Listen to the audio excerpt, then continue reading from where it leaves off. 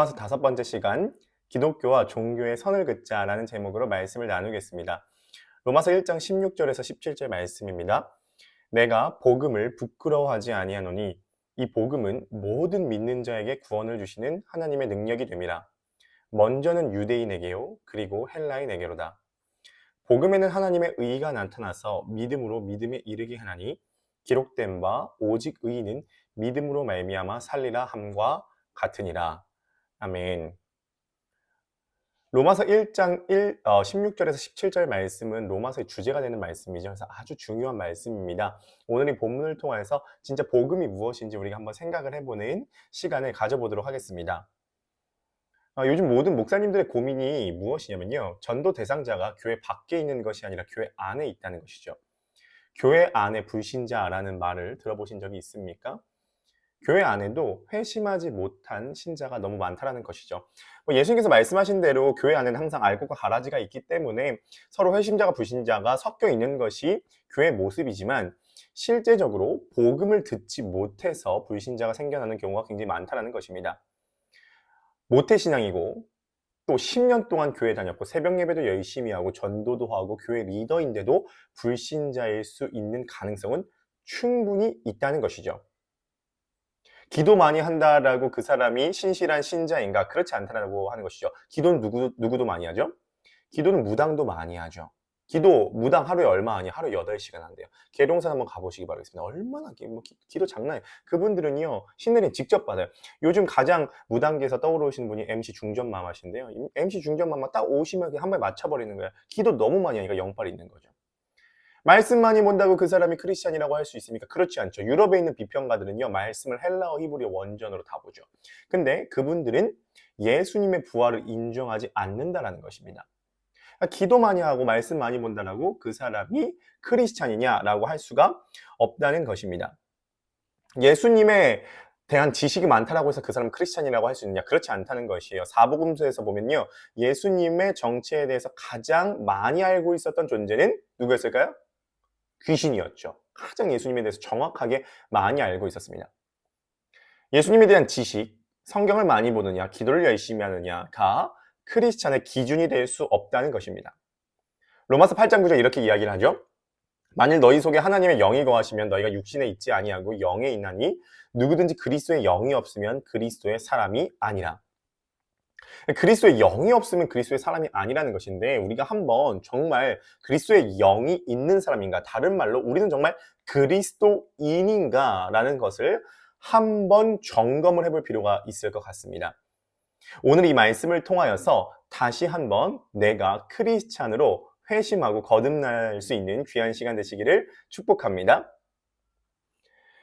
교회 안에 불신자가 많은 이유가 무엇이냐면 교회 안에 제대로 된 복음이 선포되지 않는다는 거죠. 복음이 선포되지 않습니다. 그러면은 복음이 뭐냐라고 했을 때 우리가 먼저 생각해야 되는 건 뭐가 복음이 아니냐는 거죠. 뭐가 복음이 아니냐면은 종교는 복음이 아니라는 것이죠. 그런데 많은 경우에 종교가 복음이라고 생각하는 경우가 되게 많습니다. 종교는 무엇이죠? 종교는 조언입니다. 종교는 열심히 살라라는 것입니다. 종교는 하나의 지혜입니다. 그래서 그 지혜를 잘 받아가지고 내가 그 지혜대로 열심히 살면 내가 구원을 얻는다가 종교인 것이죠. 그러므로 종교는 삶의 지혜를 주고 교훈을 줍니다. 틀렸다는 말이 아닙니다. 종교 중에 참 좋은 게 많습니다. 탈무드 이런 거 다 종교, 불교, 이슬람교 다 좋은 얘기 많아요. 그 이상한 얘기 적혀 있는 것이 아닙니다.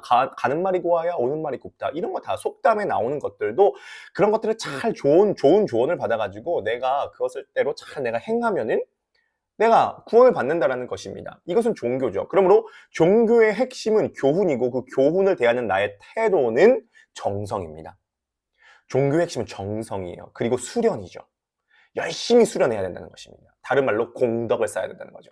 공덕, 수련, 반복, 나의 행함 이런 것들은 다 종교적 영역에 있는 것이죠. 뭐 그냥 일상생활 속에서도 마찬가지입니다. 내가 뭐 열심히 수련을 하고 열심히 노력을 해야지만이 등급이 올라가고 가치가 올라가서 그거에 따른 연봉을 받는 것이죠. 그거에 따른 합당한 대우를 받는 것이죠. 이것이 모든 종교와 세상의 메커니즘입니다. 즉 뿌린 대로 거둔다라는 것이죠. 기독교에 이런 말이 없다라는 것은 아닙니다. 기독교도 종교적 측면이 분명히 있고 삶에 대한 지혜도 있고 교훈도 있고 조언도 있습니다. 그러나 근본적으로 뭔가 다른 게 하나 있다는 것이죠. 그것이 무엇이냐면 기독교는 조언이 아니라 소식이라는 것입니다. 기독교는 조언이 아니라 소식입니다. 기독교는 내가 행해야 될 어떠한 교훈이나 삶의 지혜이기 이전에 내가 행할 수 없는 것이 예수 그리스도로 말미암아 행해졌다라는 소식입니다. 전쟁에서 이겼다라는 승리의 소식입니다. 그러므로 여러분 삶의 지혜를 원하십니까? 추천해드린 책이 있습니다. 철학서적을 보시기 바라겠습니다. 성장을 원하십니까? 추천해드린 책이 있습니다. 자기계발서적을 보시기 바라겠습니다. 데일 카네기의 인간관계론 기가 막힙니다. 부자 아빠, 가난한 아빠 기가 막힙니다. 시크릿 기가 막힙니다. 꿈꾸는 다락방 꿈꾸세요. 많이 꾸세요. 데일 카네기 인간관계론 열심히 하세요. 뭐 이런 거죠. 마흔에 만나는 공자, 노너 뭐 이런 거 대단합니다. 지혜가 대단합니다. 그런 거 많이 보세요. 그러나 복음은 삶의 지혜나 개인의 성장이나 어떠한 안목을 열어주는 책이기 이전에 복음은 성경은 우리들이 행할 수 없는 것을 예수 그리스도께서 행하셨으므로 우리들은 구원받았다라고 하는 소식입니다. 종교는 너가 순종해라. 그리하면 구원을 얻을 것이다 라고 이야기를 합니다. 그러나 기독교의 공식은 완전 반대입니다. 순종해라 구원받을 것이다. 아닙니다. 너는 이미 구원받았다. 그러므로 순종할 수 있다. 이것이 복음의 공식입니다. 파인애플은 애플이 아니죠. 빈티지는 빈티랑 달라요. 종교는 복음이 아닙니다. 비슷하지만 헷갈릴 수 있어요. 종교는 조언이지만 기독교의 복음은 소식입니다. 그래서 우리는 분명히 기독교와 종교의 선을 분명히 그어야 한다는 것이죠. 많은 경우 이 선을 잘 긋지 않아요. 그래서 실제로 실험을 했다는 거 아닙니까? 연세대학교에서 기독교인 3명, 불교인 3명, 이슬람교도 3명, 유대교인 3명인가요? 이렇게 불러가지고 자신이 믿는 바에 대해서 적어보라고 했던 거예요. 다 적어봤습니다. 다만 룰이 뭐냐면 자신이 믿는 신의 이름을 적을 수 없어요. 예수, 부처, 알라 적을 수 없습니다. 통일해서 신이라고 다 적어야 된대요. 그리고 교리 내용을 다 비교를 해봤습니다. 신이라고 적고 믿는 바에 대해서 다 비교를 해보니까 아주 충격적인 사실이 하나 발견이 됐는데 기독교 안에서 기독교인들이 쓴 내용이 다르고요. 기독교와 불교인이 쓴 내용이 정말 비슷했다는 것이죠. 불교인이 믿는 불교의 내용과 기독교인이 믿는 교리의 내용이 똑같았다는 것입니다. 큰 차이가 없었다는 것이에요. 이건 우리는 무슨 교라고 그러죠? 불독교라고 부르죠. 유교랑 기독교 헷갈린 거 뭐라 그래요? 그건 유독교라고 그러죠. 우리는 어쩌면 복음에 대한 정확한 이해도가 없다면 우리는 불독교를 믿고 있는지도 모르고 어쩌면 우리는 유독교를 믿고 있는지도 모릅니다. 복음은 단순한 조언과 단순한 삶의 지혜를 넘는 차원이죠. 자, 그러면 그 소식의 내용이 뭐냐가 굉장히 중요하다는 것입니다. 그 소식의 내용이 오늘 로마서 본문에 보면 나오는 거죠. 제가 다시 한번 읽어드리도록 하겠습니다. 오늘 로마서 1장 16절 17절입니다. 내가 복음을 부끄러워하지 아니하노니 이 복음은 모든 믿는 자에게 구원을 주시는 하나님의 능력이 됨이라. 먼저는 유대인에게요 그리고 헬라인에게로다. 복음에는 하나님의 의가 나타나서 믿음으로 믿음에 이르게 하나니 기록된 바 오직 의인은 믿음으로 말미암아 살리라 함과 같으니라. 자, 한번 생각해 보시기 바랍니다. 복음하면 우리가 기독교 용어로 생각하는데 그렇지 않아요. 그냥 복음을 쉽게 생각해서 뉴스입니다. 뉴스. 그렇죠? 우리가 뭐 JTBC 뉴스도 보고 MBC 뉴스도 보잖아요. 뉴스라는 말이에요. 쉽게 얘기해서 복음은 뉴스인데 뉴스라고 하면 뭐가 있을 거예요? 뉴스의 내용이 있겠죠. 그 뉴스의 내용이 오늘 본문 17절에 정확하게 나와 있다는 것이죠. 오늘 로마서 1장 17절을 이해하는 것은 로마서 전체를 이해하는 데 있어서 굉장히 중요하고 로마서 전체를 이해할 뿐만 아니라 복음에 대해서 이해하는 것에 있어서 핵심이며 이것은 신구약을 이해하는 데 있어서 굉장히 중요한 개념이라고 할 수가 있겠습니다. 자, 그러면은 복음의 내용, 이 뉴스의 내용이 무엇이냐라고 했을 때 우리는 하나의 단어를 생각을 해봐야 됩니다. 그 단어가 무엇이면 17절에 나오는 하나님의 의라고 하는 단어입니다. 한번 따라해 보실까요? 하나님의 의. 그렇죠. 네, 듣고 계신 분들이 계세요. 네, 감사합니다. 따라하셔가지고 하나님의 의예요. 그러면 이 하나님의 의가 무엇인지 우리가 세 가지 측면에서 한번 살펴보도록 할 텐데, 이 하나님의 의라고 하는 개념 조금 우리가 전두엽을 중간에 이제 꺼버리면 안 되는 거죠. 그래서 이제 로마서에서 이 하나님의 의는 굉장히 중요한 단어거든요. 사도 바울이 하나님의 의라고 하는 단어를 서신서 전체에 9번 적었는데 고린도후서에 1번 나오고 8번이 다 로마서에 나와요. 그러니까 8번이나 로마서에 하나님의 의를 반복했다는 건 그만큼 로마서에서 하나님의 의라고 하는 건 중요한 주제이죠. 자, 하나님의 의가 뭔지를 우리가 살펴보기 전에 한 가지 우리가 좀 짚고 넘어갈 게 뭐냐면, 이 의라고 하는 단어가 좀 어렵습니다. 그리고 문맥에 따라서 좀 달라지는 거예요. 마치 이것은 한국어 단어로도 비슷한데, 한국어 단어 중에 타다라고 하는 단어가 있죠. 이 타다라고 하는 단어가 문맥 따라서 달라집니다. 예를 들어 한번 생각을 해보도록 하겠습니다. 버스를 타다, 산을 타다, 외로움을 타다, 미숫가루를 타다. 똑같은 단어 타다인데 문맥 따라서 타다가 다 달라지죠. 마찬가지로 이 의라고 하는 단어도 뭐 공의, 정의, 칭의 여러 가지 단어, 그의 의 뭐 여러 가지 단어로 성경에 표현되곤 하는데 문맥 따라서 조금씩 달라질 수 있다는 것입니다. 자, 그러면 로마서의 이 전체 스토리와 흐름에 맞춰서 이 하나님의 의를 세 가지 관점에서 우리가 한번 해석을 해 보도록 하겠습니다. 아주 중요한 단어이기 때문에 여러분 잘 한번 따라해 보시면 되겠습니다. 자, 첫 번째 하나님의 의는 하나님의 성품을 의미합니다. 쉽게 얘기해서 이런 것입니다. 누구누구는 참 의로운 분이야 라고 했을 때 그 의롭다라는 것은 뭘 의미하죠? 그 사람의 성격을 의미하는 거죠. 그러니까 쉽게 얘기해서 하나님의 의는 간단하게 얘기해서 의로우신 하나님, 하나님의 성품을 나타낸다는 것이죠. 하나님은 당연히 의로우시죠. 그리고 하나님은 당연히 거룩하시죠. 의로운 사람의 특징이 뭐죠? 불의를 싫어합니다. 그리고 죄에 대한 반감을 갖고 있죠. 죄를 보면 설렁설렁 넘어가잖아요. 막 불의가 있으면, 의로운 사람은 불의가 있으면 막 참지 못하죠. 막 욱 올라옵니다. 하나님은 의로우시기 때문에, 거룩하시기 때문에 죄에 대한 반감이 있으시죠. 그것을 극적으로 보여주는 하나의 장면이 무엇이죠? 하나의 체계가 무엇이죠? 바로 지성소입니다. The most holy place. 가장 지극히 성스러운 장소, 지성소입니다. 그 지성소는 하나님의 임재를 상징합니다. 하나님이 거하시는 공간을 상징하는 것이죠. 그렇기 때문에 지성소는 죄가 있는 사람은 절대 들어가지 못합니다. 그래서 1년에 단 한 번, 단 한 명의 대제사장이 회개를 몇 번이나 하고 나서 지성소에 들어갔죠. 그 대제사장이 지성소에 들어갈 때에도 밧줄로 허리를 감고 들어갔습니다. 왜냐면 만약에 하나의 죄라도 대제사장이 있으면 그 지성소에서 죽었어요. 그래서 밧줄로 끌어내기 위해서 밧줄로 감아서 간 것이죠. 하나님은 의로우세요. 그렇기 때문에 죄에 대한 반감을 갖고 계십니다. 죄를 용납하지 않으십니다. 그래서 하나님은 죄에 대해서 분노하시죠. 진노하신 하나님, 분노하신 하나님, 우리가 로마서 1장 후반 부분에 나오지만 이거 어려운 개념 아닙니다. 그리고 저는 이렇게 생각합니다. 하나님이 진노하시지 않는다면, 하나님이 죄에 대해서 분노하시지 않는다면 하나님을 하나님이라고 할 수 없습니다. 오히려 진노하시지 않는 하나님을 보면 우리가 그 하나님에 대해서 분노할 거예요. 이것은 쉽게 생각할 수 있습니다. 넷플릭스로 한번 생각을 해보면 얼마 전에 넷플릭스에서 더 글로리라고 하는 드라마가 나왔잖아요. 공전의 히트를 쳤죠. 학교 폭력을 주제로 했습니다. 가해자들이 피해자들한테 상상도 못할 가해를 저지릅니다. 고데기로 몸을 지져버렸어요. 온몸에 화상을 입었습니다. 얘가 어디 얘기할 데가 없어서 경찰서에 신고합니다. 학교 담임 선생님이 경찰서에 신고를 받고 오게 됩니다. 그때 학교 선생님이 뭐라고 얘기하면 이렇게 얘기를 했어요. 고데기로 화상을 입은 애한테 이렇게 얘기를 하는 거죠. 야, 친구들끼리 싸울 수도 있는 거지. 응? 사이좋게 지내. 응? 시청자들은 그 선생님을 볼 때 어떤 마음을 느끼죠? 오히려 분노를 느끼죠. 시청자들 마음 가운데에 그런 불의가 저질러졌을 때 우리는 어떤 마음을 느끼냐면은 가해자들 부모님 싹 불러 모으고 공식적으로 사과하고 퇴학시키고 콩밥 먹이고 그것도 부족해요. 우리 마음으로는 고데기 같이 지져버려야 돼요. 그래야지만 좀 통쾌하죠.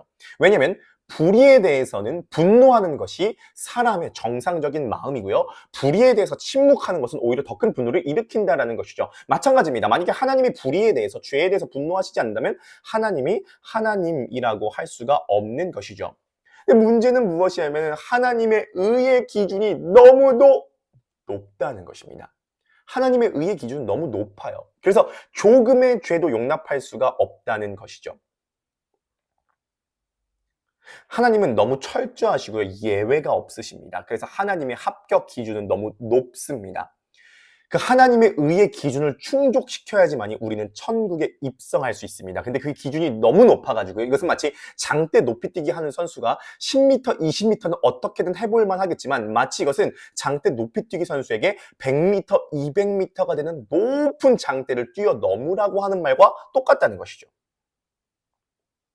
즉, 절망입니다. 그래서 루터는 이렇게 고백했습니다. 수사로서 흠없는 삶을 살았지만 하나님 앞에서는 늘 죄인의 심정으로 양심이 편치 않았다. 내 행위로 그분을 기쁘시게 했다는 확신이 없었다. 죄인을 벌하시는 의로우신 하나님을 사랑하기는커녕 솔직히 그분이 너무너무 싫었다. 나는 착한 수사였고 계명도 엄격히 지켰다. 수도원 훈련으로 천국에 갈 수 있는 수사가 있다면 바로 나였다. 수도원 동료들도 다 인정할 것이다. 그러나 난 양심에 확신이 없어 늘 의심조로 말하곤 했다. 넌 이걸 제대로 못했어. 통회하는 마음이 부족했어. 고해에 그걸 빠뜨렸어. 루터는 회개 기도만 하루에 6시간 했다라고 합니다. 무릎으로 계단을 올랐습니다. 근데 그때마다 루터의 마음 가운데 절망이 찾아왔습니다. 너무너무 들어가고 싶은 학교가 있다라고 가정을 했을 때에 그 학교를 들어가지 못하면 죽음입니다. 그 학교로 들어가야 사는 것입니다. 근데 그 학교의 합격 기준은 너무도 높습니다. 너무너무 어려운 문제가 1000문제 나오는데 한 문제로도 틀리면 불합격되는 학교라고 생각을 해보시기 바라겠습니다.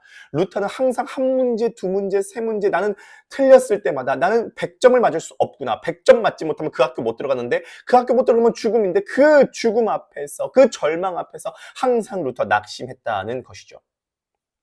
하나님의 의는 하나님의 성품을 의미하고요. 이 하나님의 의는 기준이 너무 높습니다. 그래서 자연스럽게 이 하나님의 의는 죄에 대한 심판으로 이어지게 됩니다.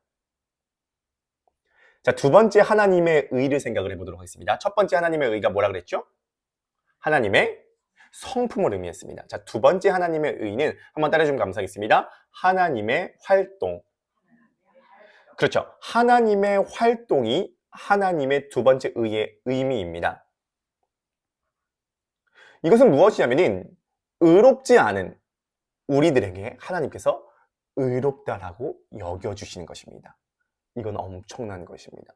우리는 완벽하지 않은데, 우리는 율법을 어기는데, 우리는 온전할 수 없는데 우리들 보고 온전한 자라고 하나님께서 인정해 주시고 받아주시는 것입니다. 근데 불의한데 어떻게 의롭다라고 인정해 줄 수 있는 거죠? 이거는 부당한 것인데요. 여기서 끼어드는 것이 바로 십자가라는 것이죠. 십자가의 핵심은 무엇이냐면 많은 경우에 십자가를 전가라고 생각합니다. 틀린 개념이 아니죠. 트랜스퍼, 아주 중요한 개념입니다. 쉽게 얘기해서 내 죄가 예수님께 전가되었다라는 것이 이제 십자가의 핵심이라고 생각하는데, 저는 훨씬 더 직접적인 의미는 전가라기보다는 교환이라고 생각합니다. 익스체인지라고 생각합니다. 익스체인지가 무엇입니까?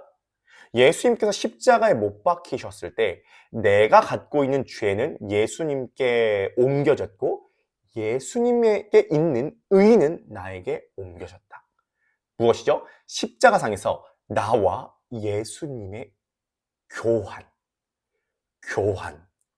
교환이 일어났다는 것입니다. 내가 받아야 될 저주가 예수님께 옮겨졌고 예수님께 있는 축복이 나에게 옮겨졌다. 내가 받아야 될 수치가 예수님께 옮겨져서 예수님은 온몸이 발가벗겨져서 돌아가셨고 예수님께 있는 영광과 존귀가 나에게 옮겨지게 되었다. 교환이 이루어지게 됐다. 익스체인지가 이루어지게 되었다는 것이 십자가의 핵심이라는 것이죠. 그래서 내가 받아야 될 모든 질병과 고통과 고난과 죄에 대한 대가를 예수님께서 십자가상에서 받으셨고 예수님에게 있는 영광과 존귀와 축복과 양자됨과 하나님의 자녀됨과 지혜와 능력과 풍성함이 나에게 옮겨져서 십자가상에서 교환이 이루어지게 되었다. 이것이 바로 십자가의 핵심이라는 것입니다. 그래서 하나님은 예수님의 십자가 사건을 통하여서 우리들을 의롭다라고 여겨주게 되신 것입니다. 그러므로 하나님은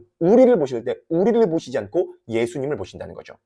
그래서 예수님께서 십자가에서 다 이루셨다라고 돌아가셨을 때에 지성소로 들어가는 휘장이 위에서부터 아래로 찢어지게 되었습니다. 이것은 굉장히 중요한 의미를 갖고 있습니다. 휘장은 모든 인간이 불의하고 죄를 저질렀기 때문에 의로우신 하나님 앞으로 들어갈 수 없다는 걸 상징하고 있습니다. 그 휘장의 그림에 어떤 그림이 적혀있냐면 천사들이 맡고 있습니다. 뭐 하나 그림이 생각나지 않습니까? 어떤 그림이죠? 아담과 하와가 선악과를 따먹었습니다. 죄가 들어왔습니다. 그래서 아담과 하와가 하나님께서 거하시는 임재의 장소인 에덴 동산에서 쫓겨났습니다. 그 에덴 동산에서 쫓겨났고 난 다음에 아담과 하와가 에덴 동산으로 들어오지 못하게 두루 도는 화염검으로 천사들이 에덴 동산을 지키게 되었습니다. 무엇을 의미합니까? 에덴 동산을 두루 도는 화염검으로 천사들이 지켰듯이 지성소로 들어가는 휘장을 천사들이 지키고 있다는 것입니다. 그런데 예수님께서 십자가에 달려 돌아가셨을 때에 지성소로 들어가는 휘장이 찢어졌습니다. 이제 지성소로 들어갈 수 있습니다. 다른 말로 이제 모든 인류는 의롭다 하심을 받아 에덴 동산으로 돌아갈 수 있게 되었습니다. 예수 그리스도를 믿음으로 의롭다 하심을 얻어 에덴 동산으로 들어갈 수 있게 되었습니다. 불의한 자를, 죄를 지은 자를 의롭다라고 여겨주시기 위해서 하나님의 최고의 지혜인 십자가가 개입됐다는 것이죠. 6월절 어린 양의 피로 나의 삶의 문이 열렸네. 저 어둠의 권세는 힘이 없네. 누구의 능력으로? 주 보혈의 능력으로 원수가 날 정죄할 때에도 죄가 없어서 의롭게 서는 게 아니에요. 실제로 죄가 있기 때문에 날 정죄하는 겁니다. 하지만 난 어떻게 살 수 있죠? 난 의롭게 설 수 있네. 난 더 이상 정죄함 없네. 난 주보혈 아래 있네. 난 주보혈 아래 있기 때문에 의롭다함을 여긴 것이죠.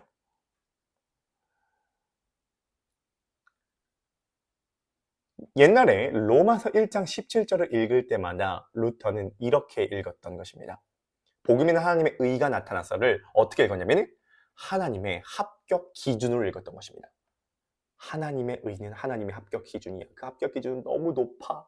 난 그 기준에 미달돼. 난 기준을 못 맞춰. 그 기준에 미달되면 난 그 천국에 입성하지 못해. 항상 절망이었습니다. 근데 어느 날 이 본문을 가지고 씨름하다가 눈이 열리게 된 것입니다. 복음의 눈을 열어주신 분은 성령님이시죠. 성령의 역사로 눈이 열리게 된 거예요. 눈이 열리게 됨으로써 이게 다르게 읽히는 겁니다. 어떻게 읽히게 되면 이렇게 읽히게 되는 거죠. 복음은 하나님의 의가 나타나서를 하나님의 합격 기준으로 읽는 것이 아니라 하나님의 합격으로 읽히게 된 것입니다. 하나님의 합격 기준이 아니라 하나님의 합격. 내가 정말 들어가고 싶은 학교에 합격 통지서를 받은 날이었습니다. 종교 개혁이 일어나는 시점이었고 카톨릭에서 개신교가 나오게 된 시점이었죠. 루터가 완전하다는 말은 아닙니다. 중요한 것은 그 과정을 통하여서 놀라운 개신교의 새로운 역사가 시작이 되었고 그 복음이 오늘날 우리들에게도 내려왔다는 것입니다. 이제 우리들이 그 복음에 눈을 뜨게 되었을 때에 하나님의 합격 기준을 채우기 위해서 종교처럼 내가 공덕을 쌓아야 돼, 내가 정성을 들여야 돼, 내가 수련을 해야 돼, 내가 반복해야 돼, 내가 순종해야 돼, 내가 잘해야 돼가 아니라 난 이미 받아들여졌다. 난 합격되었다. 난 용납되었다.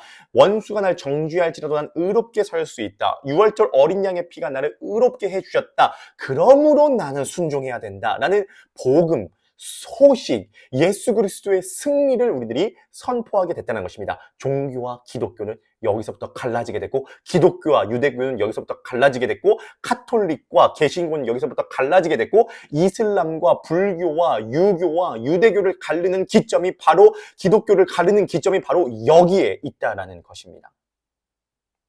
그의 말 한번 들어보시도록 하겠습니다. 루터의 말입니다. 하나님의 성령으로 의인은 믿음으로 말미암아 살리라는 말씀을 깨달았을 때 나는 새 사람으로 태어난 것 같았습니다. 그리고 열려있는 문을 통하여 하나님의 그 낙원에 들어갔습니다. 진실로 이 본문은 나에게 낙원의 참된 문이었습니다. 하나님의 바로 그 낙원으로 들어가는 열린 문입니다. 이 본문이 나에게 참된 낙원의 문이 되었습니다. 오늘도 이 문이 여러분들에게 열리시게 되기를 축복합니다. 자, 첫 번째는 하나님의 성품이었고 두 번째 뭐였죠? 하나님의 활동이었습니다. 하나님의 의라고 하는 개념이요. 자, 세 번째는요. 이거는 많이 강조가 되지 않는 부분인데요. 요즘 많이 연구되고 있는 부분이죠. 하나님의 의는 하나님의 질서를 의미합니다. 쉽게 얘기해서 하나님의 질서란 무엇이냐면 하나님의 바로잡으심을 의미하는데요. 자, 한번 생각해 보시기 바라겠습니다. 아담과 하와가 선악과를 따먹고 난 다음에 사람만 저주받은 것이 아니라 창세기 말씀 잘 살펴보시면 땅이 저주받았습니다. 쉽게 얘기해서 사람만 저주에 갇힌 것이 아니라 피조물, 모든 자연이 다 저주를 받게 되었습니다. 그래서 바울은 참 의미심장한 표현을 하는데요. 로마서 8장 22절입니다. 제가 한번 읽어보도록 하겠습니다. 피조물이 다 이제까지 함께 탄식하며 함께 고통을 겪고 있는 것을 우리가 아느니라. 피조물은 자연입니다. 바울은 어떤 소리를 들었던 것 같아요. 어떤 소리죠? 피조물이 탄식하는 소리. 피조물도 구원을 기다립니다. 피조물도 저주받았습니다. 그래서 하나님의 의란 무엇이냐면 단순히 사람의 영혼만 구원해 주는 것이 아니라 우주 전체의 삐뚤어진 질서를 다시 한번 바로잡으시는 역사, 자연을 바로잡으시는 역사, 모든 통치를 바로잡으시는 역사, 모든 체계를 바로잡으시는 역사, 이것이 하나님의 의의 세 번째 개념이라는 것이죠. 복음에는 하나님의 의가 나타나서 믿음으로 믿음에 이르게 하나니 기록된 바 오직 의는 믿음으로 말미암아 살리라 함과 같으니라 라는 본문에서 핵심 키워드는 하나님의 의입니다. 하나님의 의는 세 가지였죠. 첫 번째 하나님의 성품, 두 번째 하나님의 활동, 마지막 세 번째 하나님의 질서입니다. 이제 하나님의 의에 대한 세 가지 측면을 살펴봤다면 우리 입장에서 해야 되는 것이 무엇이냐면 바로 그것을 믿는 것이죠. 유대인들에게 있어서 가장 최고의 관심사는 의롭게 되는 것이었습니다. 그 의롭게 되는 방법으로 주어진 것이 율법이었죠. 그런데 이제 하나님께서 새로운 길을 열어주셨으니 이것이 무엇이면 복음을 믿는 것이었습니다. 자, 그러면은 믿기 위해서 우리들이 해야 되는 것이 무엇이냐면은 두 가지 정도로 우리들이 한번 살펴볼 수 있는데요. 첫 번째는 무엇이냐면은 믿음은 들음에서 나면 들음은 그리스도의 말씀에서부터 납니다. 그러므로 믿기 위해서는 많이 듣고 복음이 말하고자 하는 게 무엇인지 알아가야 됩니다. 믿음은 들음에서 납니다. 듣지 않으면 믿을 수 없습니다. 한번 생각을 해볼까요? 자기 수준에 맞는 선물을 만약에 주었다고 생각해 봅시다. 구원은 선물이라고 보통 얘기를 하잖아요. 선물을 받아야 되는 거죠. 근데 자기 수준에 맞는 선물을 받았다고 생각을 해보세요. 자, 자기 수준에 맞는 선물을 받았다. 이제 뭐 어버이날도 있고 어린이날도 있습니다. 뭐 장난감 받았다고 어린아이가 장난감 받았다고 생각을 해보세요. 그럼 어떻게 할까요? 감사하겠죠. 그런데 자기 수준을 뛰어넘는 선물을 받았다고 생각을 해보세요. 만약에 저로 예를 들면은 제가 차를 선물로 받은 거예요. 와, 저는 연봉이 얼마냐면 공개하지 않겠습니다. 아무튼 뭐 제 수준에서 제가 차를 선물로 받았다고 생각을 한번 해보시기 바라겠습니다. 그러면은 어떻게 해요? 내 수준을 뛰어넘으니까 감격이죠. 그런데 생각을 한번 해보시기 바라겠습니다. 내 수준을 너무 뛰어넘는 선물을 받으면요.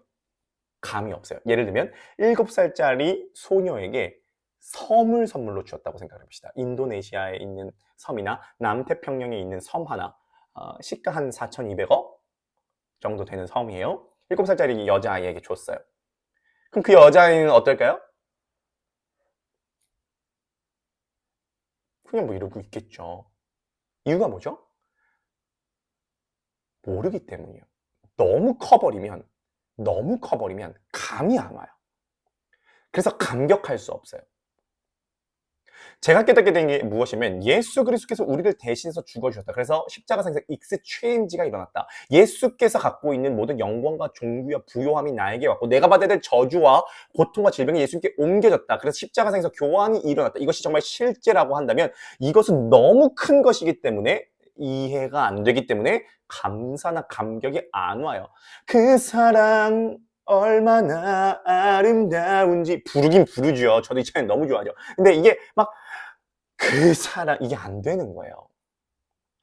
그래서 이 복음이 의미하고 있는 것이 무엇인지 이 성경 전체를 통해서 우리가 알아가야 된다는 거죠. 구약은 뭐죠? 예견된 십자가죠. 사복음서는 뭐죠? 경험된 십자가죠. 바울서신은 뭐죠? 설명된 십자가죠. 그 위에 공돈서신과 요한계시록은 뭐죠? 적용된 십자가입니다.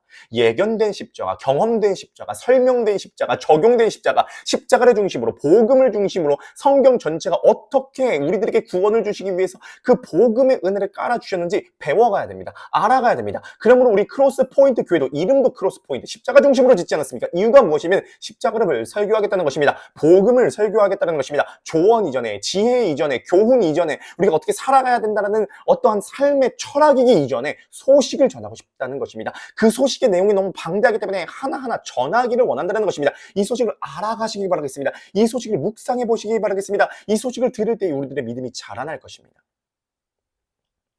두 번째로 우리가 믿기 위해서 굉장히 의지해야 되는 대상이 바로 성령님이십니다. 이유는 간단합니다. 믿음은 상당히 수동적이기 때문입니다. 나는 벽지고 복음은 벽이라고 하면 성령님은 풀이십니다. 나라고 하는 벽지가 복음에 달라붙기 위해서 성령의 적용이 있어야 되는 것이죠. 성령의 적용이 없이는 복음이 달라붙지 못합니다. 그래서 우리는 성령께 간구해야 되는 것이죠. 주님, 제 눈을 열어주셔서 주님 안에 있는 복음의 풍성함과 복음의 은혜가 얼마나 위대하고 감격스러운 것인지 깨달을 수 있도록 도와주시옵소서. 삼겹살도 구워야 제맛이죠. 삼겹살은 말씀이고 불은 성령의 역사죠. 구워야 먹을 거 아니에요. 구워야 먹죠. 모든 예배를 드리고 이 복음이 선포되게 될 때에 우리는 매주 주일마다 반드시 복음을 선포할 것입니다. 삶의 지혜를 선포하는, 삶의 지혜에 대해서 나누는 것은 우리가 소그룹 모임 때나 수요 모임 때나 주일 오후 예배 때도 할 수 있습니다. 항상 주일 공동 예배 때는 우리가 복음을 선포해야 합니다. 그때마다 성령의 역사를 간구하시기 바라겠습니다. 이 복음이 머리로 이해된, 그래서 머리로 알게 된 복음이 내 심령과 영혼으로 부닥쳐서 나의 전 인격이 이 복음을 믿을 수 있도록 도와주시옵소서. 그렇게 됐을 때 이 하나님의 놀라운 의가 나의 영혼에 들어와 그것이 효력을 미쳐 구원받을 뿐만 아니라 그 이후에 예수 그리스도를 닮는 성품까지 자라날 수 있도록 도와주는 놀라운 역사가 일어나게 될 것입니다. 여러분, 기독교와 종교의 선을 그어야 합니다. 크로스포인트 교회 모든 성도님들, 복음에 기초한, 그 소식에 기초한, 그 선포에 기초한 예수 그리스도의 십자가와 부활에 기초한 성도님들 되시게 되기를 주님의 이름으로 간절히 축복합니다. 사랑해 주님 감사드립니다. 복음에는 하나님의 의가 나타나서 믿음으로 믿음에 이르게 된다 말씀이었습니다. 이 복음을 열어주옵시고 이 승리의 소식이 우리들의 인생 가운데 선포되고 내가 이 소식 전하며 살아갈 수 있도록 인도하여 주옵소서. 감사드리며 예수님의 이름으로 기도드립니다. 아멘.